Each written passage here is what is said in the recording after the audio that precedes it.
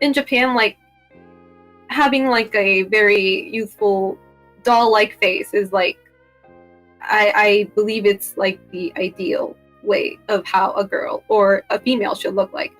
And even like I've noticed in Street Fighter 5 as well, but a lot of like Mika, she's really big, and as her body is like really big, but her face, she has like a childlike face, like a really dolly look.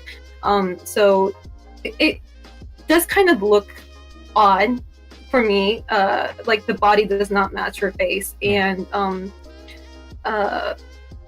so I just think it comes from the ideal girl that the Japanese society has, and I'm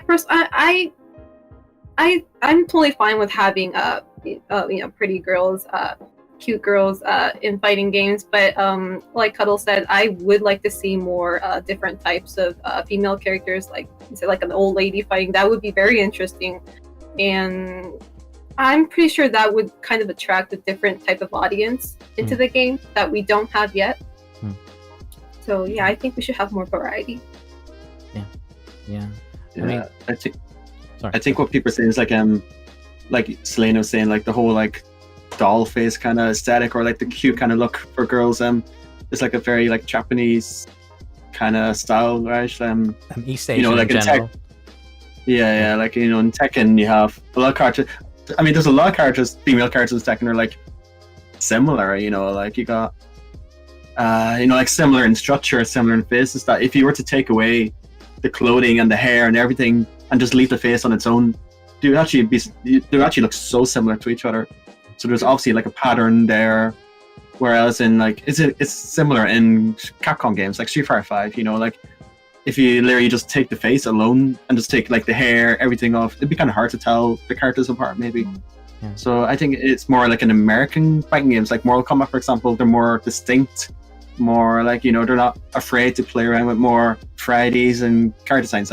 Like in Mortal Kombat, Defora, she's a female character, but she's like kind of gross. She's a bug. She shoots stuff out of her mouth and everything, right? But some people like really appreciate the design because it's just different from the norm. Yeah. Or you have like Sonya, like she's not supposed to be like pretty. She's kind of like hardened. She at least in 10 and 11 anyway, like she's hardened. She's like a veteran. She's a general, so she has like the whole military thing by her, and she appears to be like a mature kind of character. So it's not something you would see maybe in like Japanese kind of style fighting games. Like for example, like in Tag 2, Michelle looks younger than Julia. Yeah. Like, and she's supposed to be like the adopted up mother of Julia, but she actually looks younger than her. Or like I know Kasumi. Nina. They had to freeze Nina to keep her eligible. I think that was a big example, right? Or for me, Defara was a big example, and same with Sonya Blade as well. Like, just like, and also there was another one I'm trying to remember. Like Sindel, like she's kind of old, right? But she still has this whole position of power around her. She's the queen of Edenia or whatever, and she has a position of power around her, and she's old. She's grey hair, but it still works. Like, it's still good. Yeah. She has a big following still, and that's cool. Yeah, I think just in Tekken, like I think they messed up with June and Kasumi. Like, they don't look their age. Like June should be in her 40s or whatever in Tag 2, but she looks obviously like fresh faced and young and everything. And Kasumi, I think the lore behind her was that she died at a certain age, so she looks she's the way forever she young. is. Yeah, something like that. I don't know. I think it's just a cop out. Like, it's just an excuse. But I would like to introduce more variety, like older women, like hardened women, or like Sonya is a good example. Like, she's hardened. She's a military woman. She's hardened. It really shows in her design, or in her vocabulary and everything. So yeah, definitely more variety. I think Japanese style developers for fighting games needs to like change their views a little bit.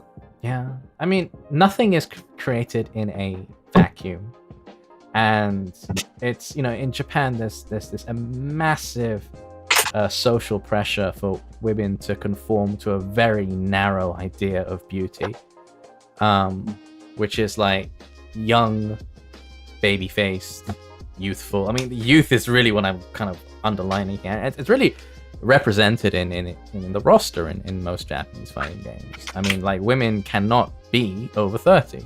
It's just like, why would you want to play as a woman over 30? Really? Like, yeah, actually, yeah. You know, like, imagine if Nina had like a few silver hairs and some battle scars. Like, how much, like, if you could, yeah, right, if you could see the experience of her life on this character, you know? And like, again, what does it say? Like, about women in general? Like, what is the subtext there? Like, if you look at the male characters, you have Heihachi, buff old guy. You have King, huge. You have thin guys. You have fat guys. You have old guys. You have young guys. You have all bold guys. You have psycho guys. And that range of diversity is very, very narrow for women. And I mean, aside from the subtext, it's also just boring. It's boring.